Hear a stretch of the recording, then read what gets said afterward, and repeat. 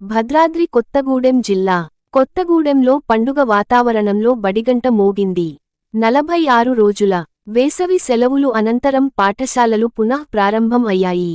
పాఠశాలలను పండుగ వాతావరణంలో పునః ప్రారంభించాలని, విద్యార్థులు బడికి రాగానే ఆహ్లాదం కలిగించే విధంగా ప్రధానోపాధ్యాయులు సిబ్బంది ఏర్పాట్లు చేయాలని, మొదటి రోజు విద్యార్థులందరికీ పాఠ్య పుస్తకాలు యూనిఫాం అందజేయాలని అధికారులు ఆదేశించిన నేపథ్యంలో పాఠశాల ఆవరణలు పండుగ వాతావరణం కల్పించేలా మామిడి తోరణాలతో అలంకరణ చేశారు.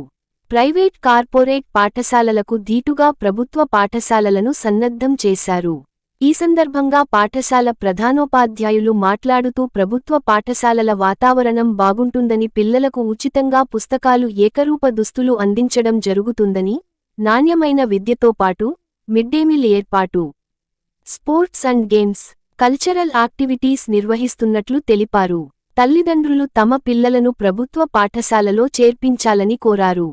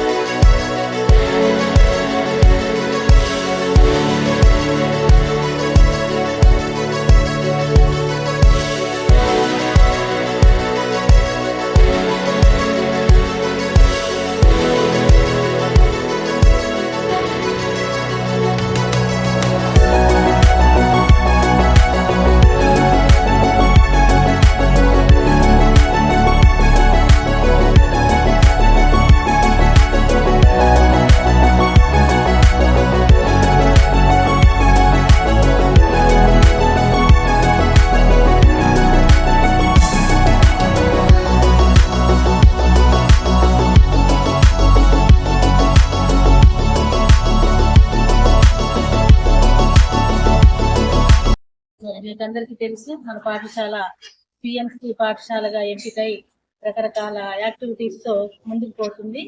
మరి గత సంవత్సరం 10వ తరగతి ఫలితాలు కూడా మంచిగా వచ్చాయి.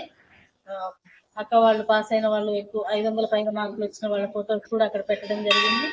మరి అనేక మందికి మన పాఠశాల గురించి విద్యార్థులు ఉపాధ్యాయులను కూడా బడిబాట నేపథ్యంలో చెప్పడం జరుగుతుంది.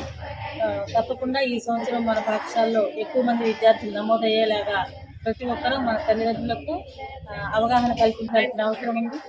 తర్వాత సమాజం అభివృద్ధి చెందాలంటే ప్రభుత్వ పాఠశాలలే మనకు ఈరోజు పుస్తకాలు, యూనిఫామ్స్, నోట్బుక్స్ అన్నీ కూడా సిద్ధంగా ఉన్నాయి. కాబట్టి మీరు విద్యార్థులందరూ వచ్చేలాగా మీరు తీసుకుని ఆ అంశాలను ఇంటి దగ్గర తెలియజేయాలి.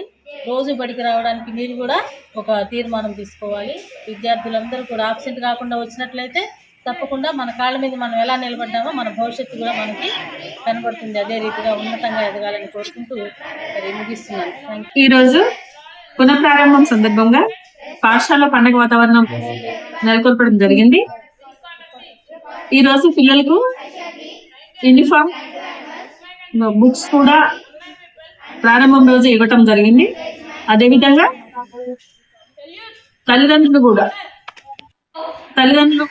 ప్రైవేట్ పాఠశాలకు పంపకుండా పిల్లలను మన పాఠశాలకు పంపి నాణ్యమైన విద్యను అందించే విధంగా, నాణ్యమైన విద్యను పిల్లలు పొందే విధంగా తల్లిదండ్రులు ఆలోచించాలని కోరుకుంటున్నాను.